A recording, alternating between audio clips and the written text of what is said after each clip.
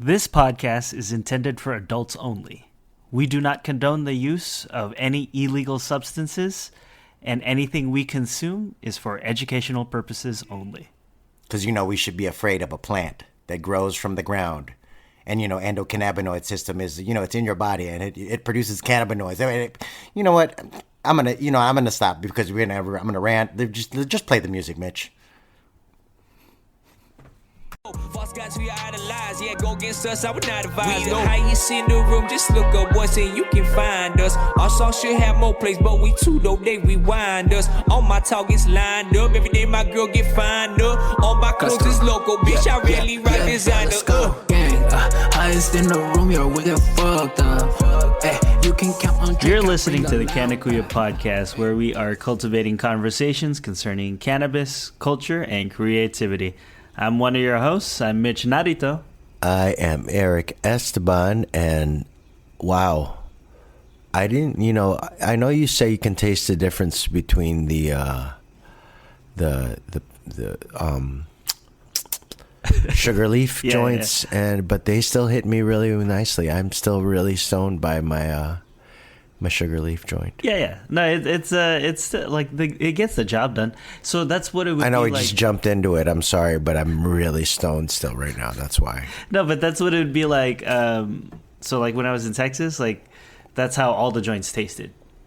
Oh, because they were all basically like almost. They were blended.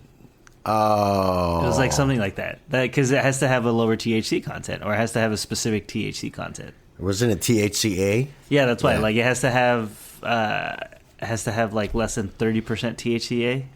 Well, guys, this is, I guess, going to be the 420 episode. Well, not really the 420 episode. We might have who knows? We might go live on our Instagram on 420 if I end up doing something interesting, because a lot of the plans that we had for a bigger party kind of fell through. It's okay. Like I'd rather take a step back and not do it instead of try to rush it and then have like a for sure. So we're gonna have an event this year. Like at some point, I feel we're gonna have some sort of event. Well, we will be at the Long Beach Filipino Festival. Yes, sir. We will be at the booth. So if you are so inclined to say hi, we'll be at the Long Beach Filipino Festival. I don't know why do I keep saying, whenever I'm booked for a Filipino festival, I always want to call it a film festival. I don't know why. Because you want to say Phil-Am. Yeah, probably. But I think it's not a Phil-Am festival. I think it's just Filipino. Is it the Long Beach Filipino Festival? Is that what it's called officially? I think so. I'm pretty sure. But yeah, I'm hosting that again this year. You better know what you're hosting. What's the fourth year in a row? Fourth year in a row, baby. Yeah. I just remember last year. That's when Kendrick started dropping all his. Yeah, that was May 6th was when the last one was. The only reason I remember was because that's when Not Like Us dropped. Yeah, because it dropped in the afternoon towards the end of the day, and we were all I was trying to do was trying to listen to the song. Yeah, but yeah, this is episode 46. Yeah, I think so. Episode 46. Yeah, episode 46 because the last one was 45. Yeah. So we've been going for almost a year. No, it's been a full year, hasn't it? When did we start? No, we started in like March. I think we took a few weeks off here and there, so it's been almost a year. Yeah. We're around there. We're hitting a year mark.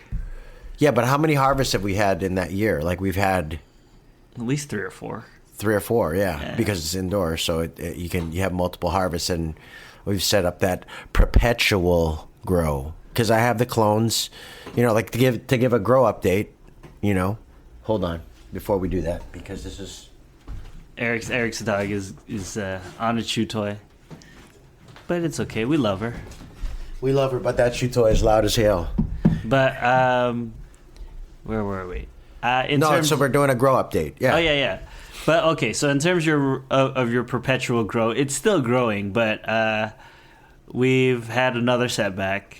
Oh, it's sad, man. I mean, I did the calculations. I've lost over a pound of weed to mold, and all the rain that we've been having here in Cali, which is a good thing, but it's also a really bad thing because it was really humid and kind of warm, which are, perfect conditions for mold to grow. And I also think that there's a little bit of tweaking to be done in my drying process because there was maybe too much moisture internally in the weed when I began to cure it. So you get the good right conditions. That's what happens. I really think that you do have to pay attention to that snap method a little more because But I also think that it's a little bit too dry when it snaps. Well, it doesn't have to it doesn't have to snap because I understand it's brittle I don't want it to be brittle. But then at the same time I remember when I had the what was it, the Jedi? No, not the Jedi. What was the one I had to toss? The blueberry. When I had the blueberry, whenever I would pull off a nug, it never came off clean. I would always take a little bit of a branch. It really should snap more. I think all of it should be dried a little bit more thoroughly. So I feel besides buying a Canna troll and having the specifications just right, it's like a microwave for your weed, basically. Not really a microwave, but you put it in 5 days, it's done, it's ready, it's dried perfectly. But I don't know whether I want to spend $1,500. No, I don't think you need to. I think you really just have to, because it's okay in terms of your growing process, right? When you were first growing, you were feeling a lot of stuff out, and then you locked it in. So I think you've grown accustomed to growing and being able to get that, but now it's just the curing process where you just got to dial it in a little more. The curing process is where I got to dial it in more because, well, the first batch was a pretty good, sizable batch of Jack with. What was one of the first harvests this year, or last year, I should say. And that's the thing too. It's the time of year. Yeah, because your first harvests were pretty much summertime. In the winter time. No, it was in the winter. It was in the winter? Well, because the last harvest that I had last year before I took a break in June because it was too hot. Remember, I took a break. That's what it was. Yeah. And then I started growing again and building up, and then some of those really big plants of strawberry cough and DJ Short Blueberry and Jack, and then there was a whole tent of Jack Herrera. Remember that? Yeah, because I remember you were harvesting stuff around October, November. Yeah, that was October. So in the wintertime, all that stuff was cool because it was dry as hell and it was cold. Mm-hmm. But as the summer and the spring starts coming and the rains came and the temperatures started to go up in the Buddha Lounge, that's when the mold came. And so I think there's got to be almost like a seasonal way of drying every season, like that post-winter January, February harvest needs to be dried for longer because it can't have that much moisture inside of it versus in the wintertime when you're harvesting in October or September, you have the whole winter where it's cold and your chances of mold are a little bit lower. Would stronger fans be more beneficial in that case? No, only because I can't put a fan inside the storage facility. What it would be is colder temperatures. So the thing that I'm going to do, part of it is the storage. Yeah, okay. And the storage needs to just be consistently cold, whereas that old wine fridge that I kind of recycled from my dad's apartment, from his Chicago apartment from a long time ago. It's like an older, it's not like a brand new state of the art wine fridge. It's an older wine fridge. So there's so much moisture in there. Like when I look at the hygrometer in there, it's like 80% humidity and there's water condensing on the walls. Yeah. And especially when it's humid, it's 100% humidity in there. So it's so wet in there. Then you have the wetness in the jars. It just becomes a regular fridge. It's not even a regular fridge. It's not even a fridge. It's just a fucking hot ass closet at certain points in the day. Huh. So I just have to get a more powerful storage. And at the end of the day, I also have the second fridge in the garage already, which I use for storage for all the stuff that we just washed, which you just got footage of the second step in the washing process for the bubble hash Oh yeah, and then today we also you pulled that out. We pulled it out. We pulled it out of the freezer and we chopped it with a little razor, and we got some footage of that. So that'll be the part 2 to the next. But I feel like, because the next step would then be, in the Frenchy cannoli way, would be to put it into an oven safe plastic bag and roll it with a hot water bottle, and then roll it into your temple ball of hash. That's the next step. But I still have to let it dry and get the moisture out of it for about 3 to 5 days in the fridge. But I think I'm going to be done with it after that point. Once it's dried and ready to kind of sprinkle on top of, put it in I'm just going to kind of sprinkle it and have it be a different taste for whatever weed I'm smoking. Yeah, so I don't know. I don't know what the main difference is, right? Because you have your waxes, you have your for your concentrates. There's different forms, right? You got waxes, you got shatter, which is kind of the chunkier, right. That's what we're gonna have once this is dry in the fridge, and it's been dried for 3 to 5 days in the with the paper towel, or not the paper towel, but the wax paper, so it soaks up the moisture kind of thing.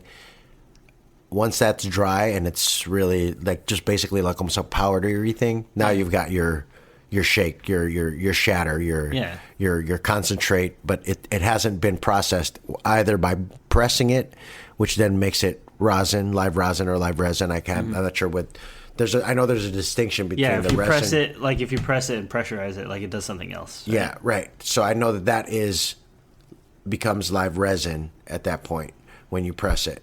But then you can also do what I just described, where you just take your shatter or your dried out, hash from your wash, and then you roll it with a hot water bottle, like Frenchy cannoli old school, and then you get your temple ball, and you roll that into a temple ball. I really miss old school weed shops, because I remember that stuff, that keef, whatever, they would always give you a little canister every time you buy something, or for me anyways, they always be here man, sprinkle that, they'd always I give you love something, I always love, and I even the keef that I get from the dry sift keef, and then there's another process called dry sift hash, where there's no water involved and they use static.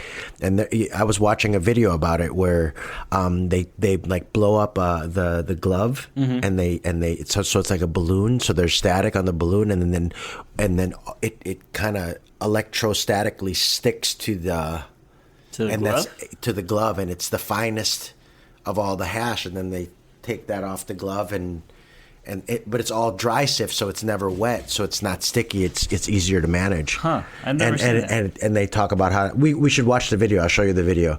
The guy who does the cool hash pipes. Yeah. The water the I can't remember, not the freeze pipes, but the other ones, the vaporizer ones where you can put the dry. Oh yeah. I can't remember what they're called. I know them as rigs. There's just different rigs. Well, but the guy who makes the most famous rig, Puffco. Oh yeah. The Puffco guy. I follow him on Instagram, and I watch some of his videos, and I also follow him on YouTube. Also the Puffco channel on YouTube, and they showed this dry sift method where they use electrostatic and static from a blown up glove or a balloon, and then they sift it that way, and then the purest stuff rises to the top, and that's the purest weed purest form of dry sift hash. It's always just so mind blowing to me how a lot of times people be like, "Oh, you're a pothead. You must not be very smart. You're a burnout, right?" But then people that smoke pot or whatever, they could get super nerdy with it. We're all, especially when you start growing, you become a scientist. Yeah, that's why. You become a soil scientist in a lot of ways, because you're studying the biology of the soil. You're creating, dude, I make my own lactobacillic acid, but I just threw. I could technically I could make my own cheese if I really wanted to. I just don't like cheese, so that's the only reason I compost that shit. I don't know if I would eat your cheese. Listen, man. It is high. Look, the results on the plants with the lactobacillic acid from the that's left from the cheese are the proof. I mean, they're effective lactobacillic acid, right? So I feel like I feel like if I learned how to fully study and make the cheese, I could age it and whatever, put it in the right thing and do it. But I'm not one for cheese. I mean, I guess I could try to make Parmesan cheese, but that shit is. But other than that, it's not really. Anyway, I digress. No, but you become a scientist. You really do start to learn all the different processes. Like I have a diverse biology in my soil because I have, 4 different lab-made soil biology additives, but I also make my own from the environment that I make. So it's all the bacteria that I'm putting into my soil is also the bacteria that naturally occurs in my environment. So it's like I'm building this environment that my plants are thriving in. No, but just the evolution of what people consider to be a pothead, right? Like, yeah. Like back in the day, it would be like, oh yeah, it's Cheech and Chong, right? Like, well, speaking of which, like I feel like we're they're anti of that. Like we're the anti-Cheech and Chong. Not to say that we're anti-Cheech and Chong, but instead of being the dumb stoner, we're the stoner that's informed about what you're actually doing with this plant. No, but if you go into any dispensary nowadays, and you especially if you go into like the frou-frou bougie areas of LA, right? Mm-hmm. Because like it's different than picking up like in like a hood, like you go into, let's say you go into a dispensary in Beverly Hills, right? Like I've never been. You've never? Okay, No. So like if you go into one of those, right? Like there's a bunch of them around like Beverly Center. Okay. And are they overpriced? They can be. It's like it just gets to the point where it's like, oh, you're just showing off now, right? Like, sure. But like if you go in, and usually the people that I've met when I go into those places, they're not from here. They're tourists or whatever, sure, right? Yeah. Like they're visiting. But then like your bud tender will be like, all right, what can I get you today? What are we looking for? And then like they'll start off with like, are you looking for a feeling? Like you're looking for that? Yeah. Right? And then they'll bring out a bunch of products and then they'll be like, okay, we have this product right here. This has these terpenes. We have limonene. What else is there? We have... they'll break it down like that? Yeah, they'll break it down like that. Nice. This one has a lot of myrcene. This one has this. We have... This is what you found in Beverly Hills, in the west side, basically. Yeah, but it's all over the place because there's some places in like Silver Lake and stuff that are sure. like that too. But like they'll be like, oh yeah, it has this, this, and this. This THC content tests at blah blah blah. Okay. Right? Like, and they really they'll sell you on it, right? And right. like in my head, I'm like, I've tried that weed before. That shit sucks, right? But then like I'm not gonna say anything while they're trying to make a sale, right? Like, sure, I understand. Yeah. Yeah, and I'm just like, I'm not gonna mess up your money. I'm not messing your flow up. You get your monologue down. But then like they'll have that, right? And then the next customer will be like just a regular dude, right? And be like, yeah, I'm looking to see what fucks me up the most, right? Like it's like that, because they know how to, Well, because I mean, it's like somebody who would be like a wine person, like at a liquor store or at a wine shop, where you read your customer and then you see what it is. That said, I'm at a point now where, like, okay, so we talked at the beginning of this that I lost a pound of weed, basically, right? I lost to mold because of the rainy season here in LA. But I'm going to be going to the dispensary this 420. Mm-hmm. Like, I'll probably go wake up early in the morning and go to Exhalants. And then allegedly I'll go to another dispensary, and allegedly I'd probably go to another one. Allegedly. Yeah, because I went today and I was asking, I was like, hey, you guys got any early specials? And they're like, nah, you got to wait a couple days, at least 2 days. And I was like, all right. And I was like, what do you got today? He's like, oh, we got flour today. I was like, all right. But yeah, I would only, and I'm still going to be very specific with the brand that I buy. I'm only going to buy Cam. You're really diehard for Cam. Well, I'm really diehard for Cam because it's been consistently quality. It's consistent quality. Whereas, like, even Connected, when you buy Connected, it's good, but sometimes it's just good. It's not great. Whereas Cam is pretty much always on point. Like, see, like I like that I could still tell, like, which brands are hype and which like will actually get the job done. Right? Well, but also for me, I haven't been to the store in a long time, so a lot of these newer brands I don't have any idea about, and I don't have any trust for. So part of it is just that is the infrequency that I go to a dispensary. I'm only going to go with brands that I know and trust. See, I've only really been buying like infused pre-rolls because like I do like regular flower, but sometimes like like in social settings, like infused pre-rolls, it's just easier. Yeah, like you just pass them around, like, and it's guaranteed like.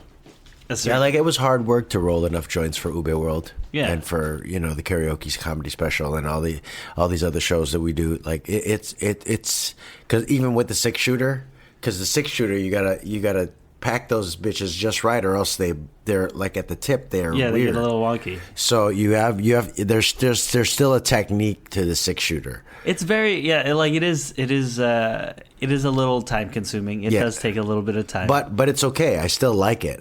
I use it often. You can't be meditative. Yeah, and that's the other thing. It is meditative.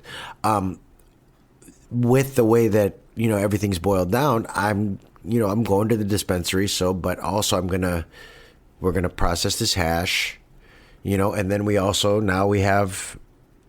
I should have timed it better because I should have started these in flower a month earlier. Mm-hmm.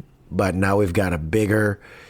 I mean, you guys can see the video on Instagram at Canna Kuyas. The gelato plant by itself, the clone that we grew, by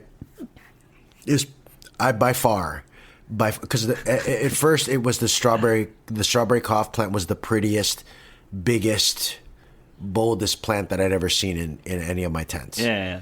And the Gelato 33 blows it away. Like, could you imagine, like, let's say, like, later on, weed is federally legal, like, all across the board, sure. Right? Could you imagine just going to Home Depot and buying up a plant like that? Like, because that's, like, what it looks like. That looks like a plant you could purchase at a, For a grip. Yeah. That would be expensive. No, it would be like a couple $100. Yeah, but right? No, I mean that. Yeah, it looks like one of the trees that you buy at Home Depot, right? Like that's what it looks like. It's like, oh, I want to buy a magnolia bush or whatever. No, but it is huge.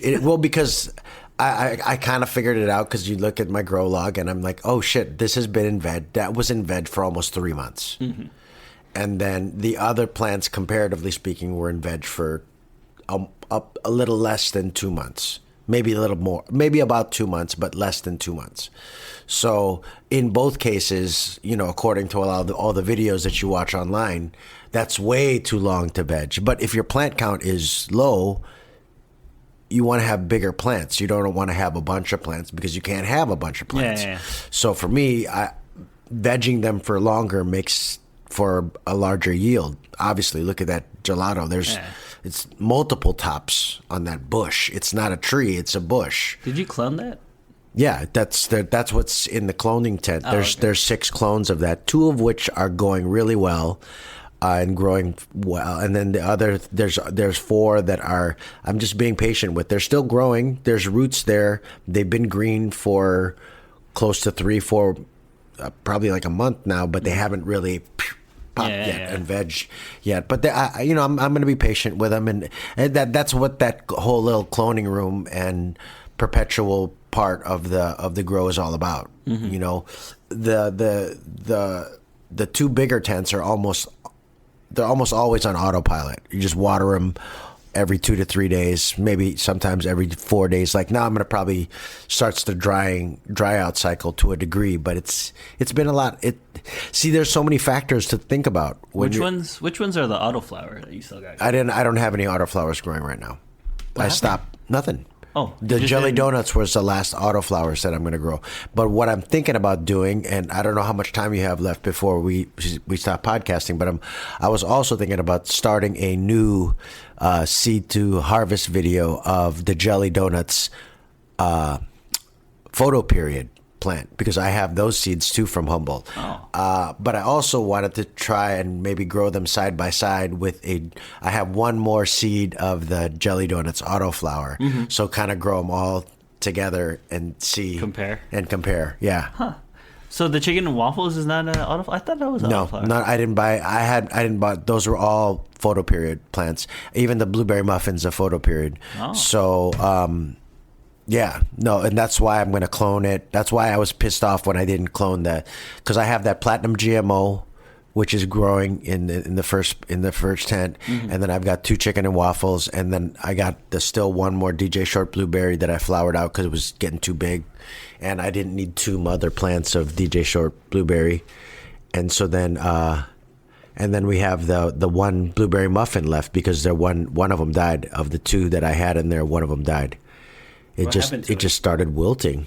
I don't really know what happened. I feel like it was a nutrient lockout or maybe something in the soil, but I took the soil and I'm going to recycle it, and I put some more I just tried to recycle the soil, but yeah, I just cut the plant down because it was taking up space and it was dying. So I just yes, when you're going to kill plants, that's. You gotta, only the strongest survive, especially when you have limited space and limited plant count. That's kind of how you got to do it.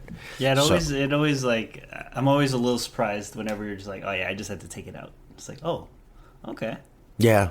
Well, I mean, part of it is, especially if, I mean, sometimes I feel like I should join some more grow groups of people who know more than I do, and then I can ask.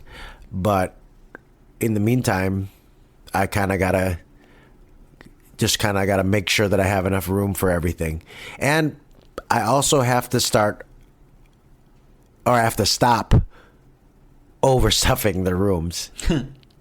Because the room, that's also part of the reason why there's mold, is because there's so much moisture in there from all the plants emanating moisture, and the humidity in there, the humidity level, and then they're retaining all the moisture that they have from the high humidity levels in the tents.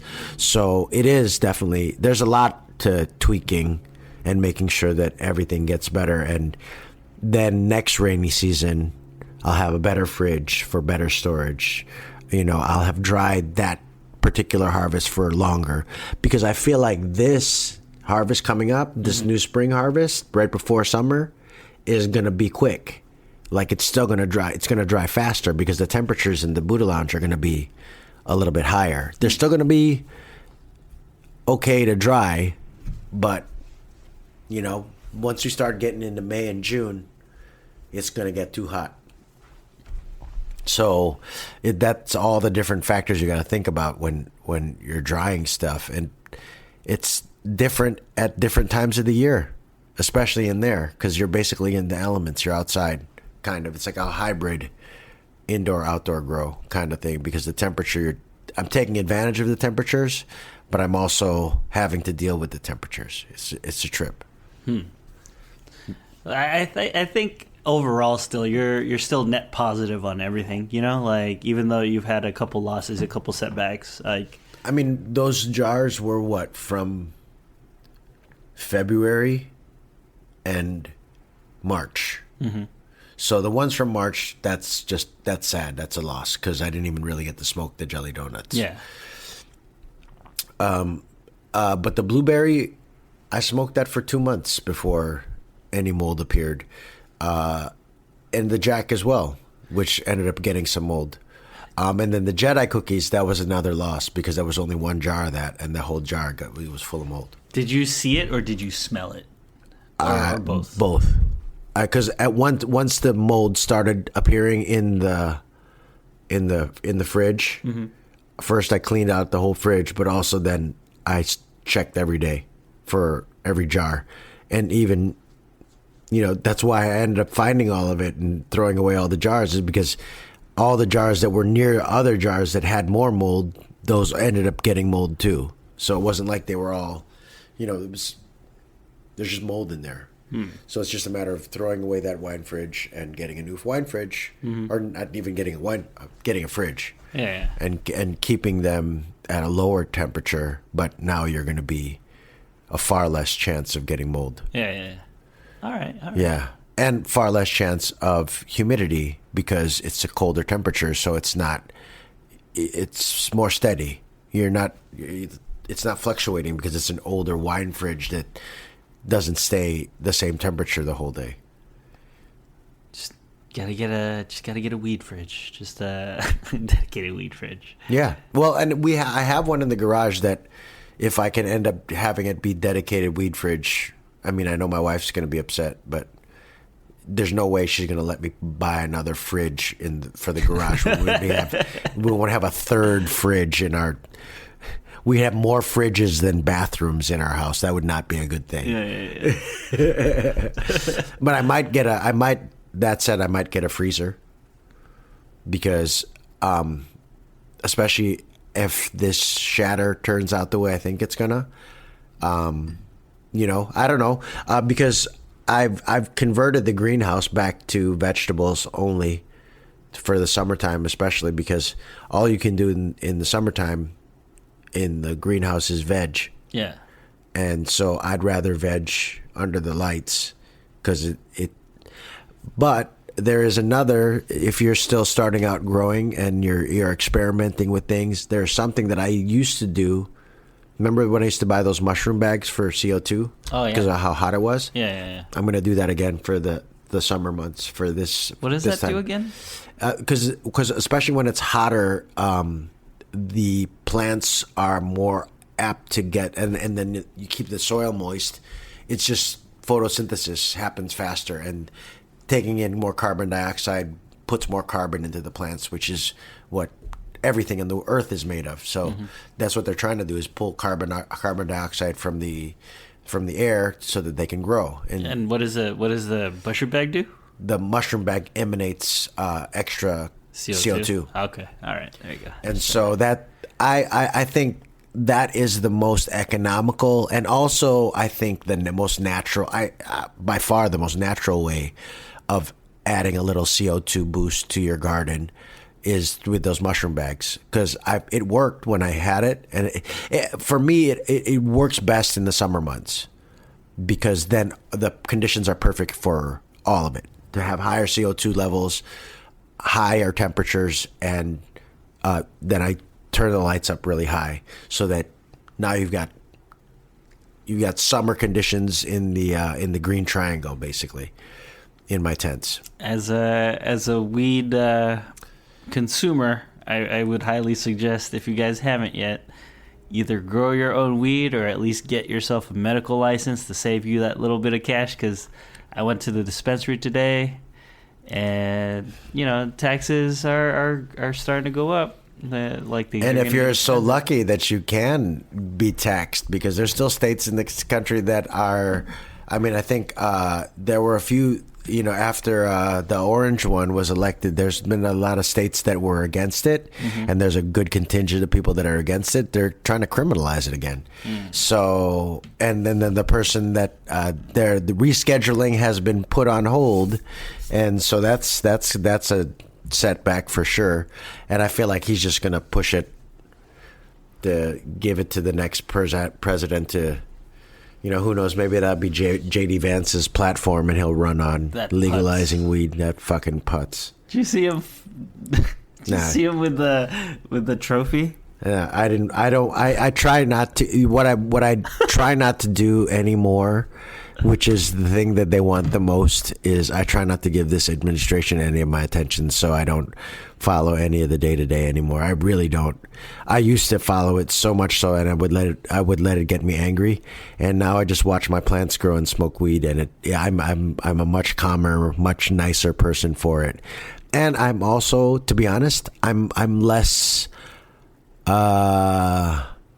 shit, I'll even just put it out there, I'm less prejudiced. I'm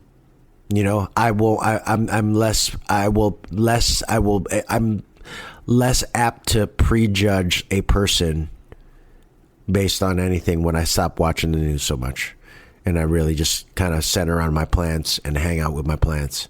Because seriously, man, I I've gone through a lot these past couple of months, and it's been a trip. And I mean, I don't know if I told you this, but I'm going back to Jubilee.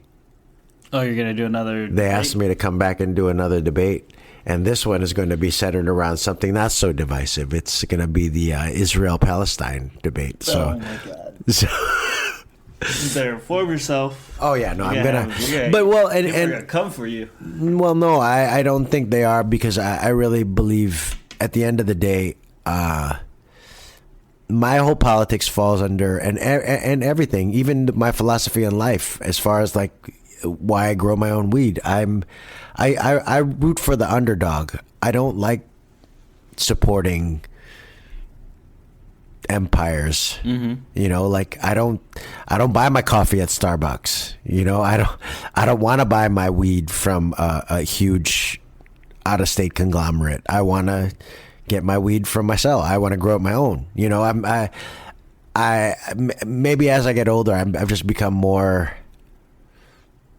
I'd like to protect myself from a lot of their cost cutting things, because the cost cutting things are a lot of the things that end up hurting people and hurting people's health, and that's what happened to the tobacco industry, because tobacco was a big.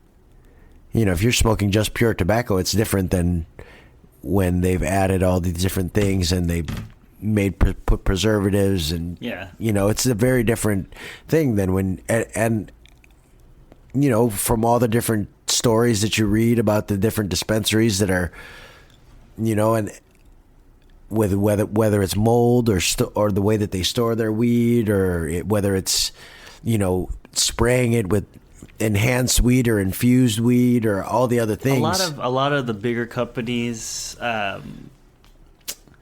or a lot of like the bigger distributors, not all of them, but there's a good number of them. You know, just to, you know, for the bottom line sake, they will do some stuff where, like, you know, like we've been talking about mold, right? Yeah. So let's say they knowingly know that there is mold in part of their batch, right? Right. They're not going to trash the whole batch. Correct. They're going to take out the mold, the part with the mold in it. Yeah, and push it through. But it doesn't work that way. Yeah. Because once there's mold in there, there's mold in there. And there's going to be mold in at whatever whole batch. And that's what you got to do. What I did, and part of the reason why it's really opened my eyes to the whole thing, when you become too big, when you harvest too much, when you have so much that you can't get rid of it, and it sits for a while, there's gonna be mold. Yeah, they don't always operate in good faith. Like, and that to me scares the hell out of me, because I operate in good faith only because I don't want to smoke mold myself, because it's the weed that I grew for myself.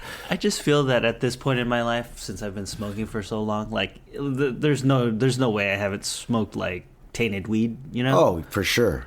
And pesticide-ridden weed, the whole thing. And I'm just hoping that it's making me superhuman, just because I'm adapting. Listen, well, the thing that I know what that weed helps me do is, and I've said it now, I said it over and over on this podcast, but weed just makes my brain move right. It really does. It just makes my brain move right, and it's whether it's, you know, my ADD medicine or it's whatever it was. And, you know, and I also share the story on this podcast before about how before my wife, that's gross, but before my mom passed away, like the only medicine she wanted to take was her cannabis oil, and that's the only thing that made her feel good. So I know that there's magic, there's medicine, but there's also a magic to this plant that I think. I was listening to this podcast earlier before you got here about how it changes your spirituality and your connectivity to the earth and to the environment and to just everything. When you really are connected to this plant in a way where when you ingest it, I mean, because we've been, as human beings, we've been ingesting cannabis for thousands of years, right? And in most cases, before it was demonized in the 1930s and 40s, was a spiritual. There was a spiritual aspect to this. There's even churches now to this day that are churches of cannabis, and the spiritual aspect of having your brain move right. There's a certain clarity of thought. There's a certain that's what we look for in religion and alcohol and other things. Like you're searching for that either clarity of thought or a spark of creativity or whatever it is. And that weed is that for me. Cannabis is that for me in every aspect of all the things that I mentioned. I have, and it hasn't happened a lot, but I do have friends. I still haven't brought this shit up to my family, but I do have a lot of friends that they see me smoke and they know I smoke a good amount, right? And they're just like, oh no, that's not what I'm into. I respect it, and just like it's okay, it's cool, right? Like you don't have to smoke. Yeah. But then I've had discussions with them, and they're asking like, hey man, why do you do that so much? Or like, what is the appeal of marijuana for you? Yeah.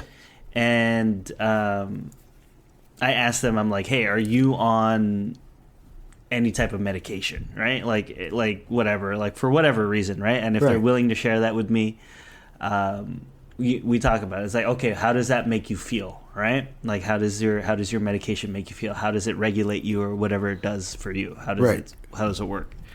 And I'm like, okay, so for me, I get those same effects, but I'm not taking chemicals. You know, like I'm doing it. Like yes, I'm smoking it, which is not ideal, right? Like smoking is never ideal. No, smoking is not an ideal way of consumption, but at the same time, I like it. It's relaxing for me. Even like we were smoking a joint, sharing a joint. You had a joint, I had a joint. That we don't share a joint. We each have our own joints. Yeah.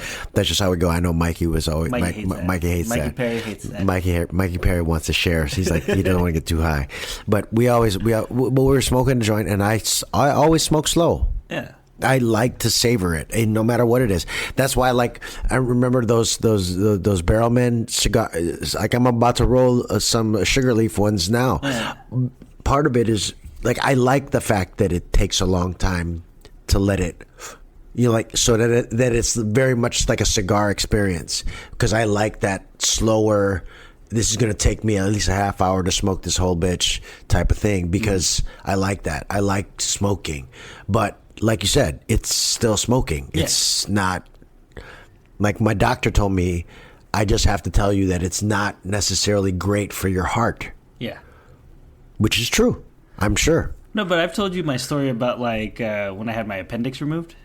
Did I tell you about that? I know you've told the story you've told it on the podcast, right? So. Yeah. But just in case people haven't heard it. Yeah. So I had my appendix removed early 2000s, 2010-ish, something around there, right? Uh-huh. And I just woke up one day and I had pain. I couldn't move, right? Went to the hospital. Hospital was like, your appendix is about to burst, right? So they called in a bunch of doctors, emergency appendectomy. And the doctor who came in, he was a family doctor of mine. He was an anesthesiologist, and he was like, hey, man, before we start, do you do any drugs? Is there anything we should know about before we put you under? Yeah. And this was before I was a lot more open with my marijuana use. Sure. So I was like, well, doc, I smoke marijuana daily. And this dude laughed in my face. Yeah. He was just like, weed? That ain't shit. He's like, I'm more worried about if you're taking cocaine or anything like that, because that stuff. The stuff that weed's on the same schedule on. Yeah. Right now. He's like, I need to know if you're doing anything like that, because that stuff messes with your heart, and also if I put you under anesthesia, if you are currently, or if you do any of those things on the reg, it could mess with the dosage of what I have to give you. Sure, yeah, right? for sure. We don't want you waking up, especially with chemicals. When you're mixing chemicals with chemicals, you're gonna have a chemical reaction. That's just how it rolls. Yeah, and pretty much all the doctors I've talked to, I tell them, I'm very open. They're like, do you exercise? Yeah. Do you drink? Yeah. Do you smoke? Yes. And they're like, cigarettes? No. Right? Marijuana? Yes. How often? And I tell them, Yeah. And they're like, okay, how do you do it? And I tell them I usually hit a bong. Yeah. Right? And they're like, okay, water pipes are fine. At least you have some sort of filtration. It's always best to have some sort of filtration. Sure. Just so you're not getting all that crap in your lungs, you know? That's why I got to get a new stem for my bong. You gotta get a new down stem. But yeah, I usually do water pipes or whatever. He's like, yeah, joints aren't, great. Like anything combustible is not great. Like it is inhaling smoke into your lungs, which is not whatever. But then like they've done tests and everything, and they're like, hey, you're actually pretty good. You're healthy. Like it's nothing to be concerned about. Like what they're more concerned about in terms of my health is me eating crappily. Like I eat a lot of fried stuff, so they're just like, you might have higher. That's what I've been trying to avoid myself. Is like as we get older, that's more about what we eat versus, well, and especially in the case when I look at like I feel like if Bob Marley hadn't gotten shot, like he'd still be alive today. Yeah, dude. No, he was living a very healthy life. Like most of the potheads that I look at, even like people who are in are celebrities or pot celebrities, I don't see them living a unhealthy lifestyle. Willie Nelson is how old?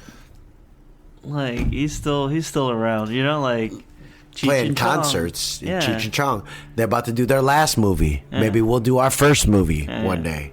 Who else? But yeah, no, man. I mean, we're coming up on 45 minutes, but I mean, we've had a recap conversation almost of all the old, like almost justifications for why we talk about weed all the time. Yeah. But at the same time, we did a little update on the grow, and also you got to stay tuned to the stories on Canna Kuyas, because we'll have all the video updates on there, because we try not to put up too many videos, but I put up that first video of the washing that I just put that up, which is cool. Got a lot of response to that. Thank you guys for commenting and liking and sharing that video.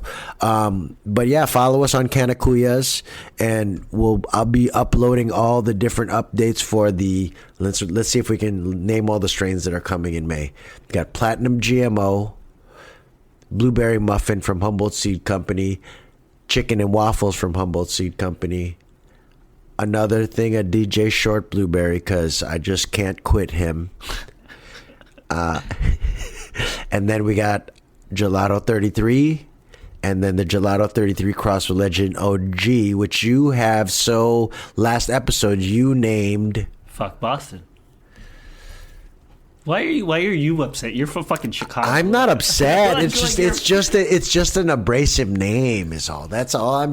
I wish it could be more abrasive. Whatever you say, the Larry Bird cut. Do you know how? Like that's like a. Does that sound like abrasive to you? Is that? Dude, it's like that would be like a record scratch for me. Like every time I hear Larry Bird cut, it's like nails on a chalkboard. Yeah, it's like. So fuck Boston. Yeah, fuck Boston. You're gonna call it fuck Boston. I'm gonna call it Gelato 33 Cross Legend OG. Because I'm just going to be literal because I don't feel as if I did anything special to be able to name it, really. I mean, you can call it Fuck Boston for yourself. Weed. You grew it. You can name it whatever the fuck you want. No, I'm going to just G33 cross with the Legend OG, because I'm excited to even try it, because even just seeing the distinctive differences between the original Gelato 33 and this cross bred of it, there's still a lot of similarities between the plants that we have that are the crosses and the original. But that original, stay tuned, right, because that's gonna be the most beautiful plant I've ever harvested. Before we sign, I might try to have sex with it before it's done.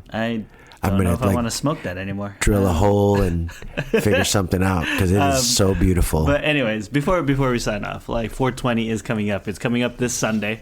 Oh yeah, you're right. So what are you gonna do for 420? I think I'm gonna have a chill 420. Definitely, I already stocked up on what I need to get. Oh yeah, you did. You went to the store today, right? Yeah. So because I might go again before on the weekend just to pick up, like, see what kind of deals, I'm gonna go down on Friday and get some deals, because I get paid on Friday, and I'll go take advantage of the 420 deals. But yeah, like pretty much I'm gonna try to. Oh, my mom's gonna call me. My mom called me from the Philippines to tell me to go to church on Sunday. She's like, it's Palm Sunday. But Yeah, we'll see what happens. Not me. Well, yeah. You're dark, man. It's not even a matter of being dark. That would be my mom would have been the only reason for me to go to church on Easter, because I don't normally go to church. Yeah. Just to put it lightly, my Marley, my daughter, who's obviously named after Bob Marley. But Marley said, my dad asked if we were going to go to church on Easter, and my daughter goes, We don't celebrate Zombie Jesus Day. Oh my God, Zombie Jesus. Yeah. Okay. No, I get it. Because that's the story, right? It is. After 3 days, he moved the stone, and he's Zombie Jesus, and then he came out and said some shit, and then he went into the sky. He didn't eat any brains. It wasn't like Zombie Jesus ate your brains. Yeah. He just came back from the dead. But he came back from the dead. What do you call a person that comes back from the dead and they start walking around again? Zombie. So? Zombie Jesus. That might be the title of the episode. Zombie Jesus. Preparing for Zombie Jesus. I'm going to get struck down. Zombie Jesus has risen. Oh, and also, wait. We forgot the most important thing that happens on 420. What? More Miscellaneous comes out. Oh, yeah, there you go. Yeah, I think, I haven't even confirmed with my producer yet, but I'm pretty sure he mentioned that he was going to be releasing on YouTube, on 4x3 Productions YouTube channel, my second and most recent comedy special called More Miscellaneous, a sequel to Miscellaneous Brown. So you all help Eric, because he's got to compete with Zombie Jesus and Hitler's Birthday and well, but look at Ogre's Holiday. You could say it's my second special. Maybe you could say I have risen. You ain't dead yet, though. But I had a first special. Now I've risen to have a second special. You're stretching. So, anyways, I'm stretching. You're right. You're stretching. But anyways, yeah. So I'm gonna just try to keep it like. You should watch my comedy specials. I probably will just if it's out, or just put it on repeat and you leave it on in the background. Turn the volume down. Just keep my wife will come in and be like, "What the hell is this? What's going on?" Eric. It's Eric. Oh, we've watched it 10 times already. It's great. This is when we were in Chicago. But yeah, no, like that's probably what I'll be doing. What about you? Yeah, I'm probably gonna. I was gonna go to Chris's dinner. Oh, that thing. Yeah, but then I would have to go by myself because my wife doesn't consume, and obviously my kids are gonna be celebrating Zombie Easter Day. But if anyone's interested, previous guest Chef Binotto. Yeah, just give him a plug, because if you are in SoCal, follow Chef _Binotto and hit him up. Benito for so long. We've been calling him Benito because we're Filipino. We thought it was Benito, but follow Chef _Binotto on Instagram and hit him up on the DMs if you want to go to a Cannabis Supper Club special, secret Cannabis Supper Club on 420. He'll send you all the information. I want to go, but I don't think I'm going to be able to because you don't want to roll alone. But yes, it's in Los Angeles, folks. So if you guys can make it to Los Angeles, or if you're here already, hit up Binotto. And if not, you can listen to our. What was it, 2 episodes ago when we interviewed Chris about all of the stuff that he does and how he cooks with cannabis. And also stay tuned, because in the next episode of Canna Kuyas, I'm going to upload a video on how to make canna butter. And I'll be making canna kuya brownies. You don't really eat edibles, though, so I'm interested. I'm trying to figure it out. I'm going to see, because I'm in that small percentage of people that edibles don't work, but it's edibles that I buy from the store that don't work. Maybe the edibles that I make for myself, just like in the way that I didn't really like Jack, and now I'm going to eat Jack brownies, and maybe I will maybe it'll hit me. Maybe. Before we head out, folks, just remember, don't forget to like, comment, subscribe, all the good things on all the major podcasts platforms. We are the Canna Kuyas. And if you are so inclined to write a review on Spotify or on Apple Podcasts, please do, because it helps us out a ton. So write us a review if you enjoyed. If you're listening to us now, you should follow us on those podcasts and write a review and subscribe. I mean, we don't have the subscriber thing, do we? No. Don't they follow, or just follow us? Yes, just follow us. Just follow us on the thing and write a review. That would be great. I would love that. All right, everyone. You've been listening to the Canna Kuya podcast, where we are cultivating conversations concerning cannabis, culture, and creativity. I'm Mitch Narito. And I am Eric Esteban. And to all our marijuana ates and Canna Kuyas, stay lifted. Whoa. Stay elevated, y'all. Peace. Yeah. Peace. Got the. Yeah, I got my hoodie on, now peep the chest, says human catalyst. Downtown Chula Vista, on 3rd Ave where I go cop some shit. Fuck a thief, so fuck zoomies, yeah, they whack ass jacket shit. Yeah, I move too swift, so I striking silence. Fuck the violence, man, check my mileage, cause I got drive. First tour, I drove 6 states, never thought I'd be there right by my side, man. What a time it is to be alive. See, I'm charged up, feeling energized, do the enterprise, move supersize. Y'all let shit like a side of fries. Whoa, false guys who you idolize, yeah, go against us, I would not advise. We the highest in the room, just look up once and you can find us. Our songs should have more plays, but we too though, they rewind us. All my targets lined up, every day my girl get fined up. All my clothes is local, bitch, I really rock designer. Gang, highest in the room, yo, we get fucked up. Hey, you can count on Trey, Cap, bring the loud pack. Hey, get us in the stew and that's game over. Western Metal Building, that's a home run. Yeah, keep the up or leave the fuck a Folgers. Little bitch, I made the beat and dropped the full verse. I just hit a steelo, I got dripped up. Package born and raised, bitch, I got dripped up. Y no se compara. Yo estoy con mi pana, se llama Trega, fumando ganja. Estamos con Cali, fumando en Cali, yo sé que traen ganas. Ella me dice, papi, que terminamos la cama. Highest in the room, yeah, we get fucked up. Hey, you can count on Trey, Cap, bring the loud pack. Hey, get us in the stew and that's game over.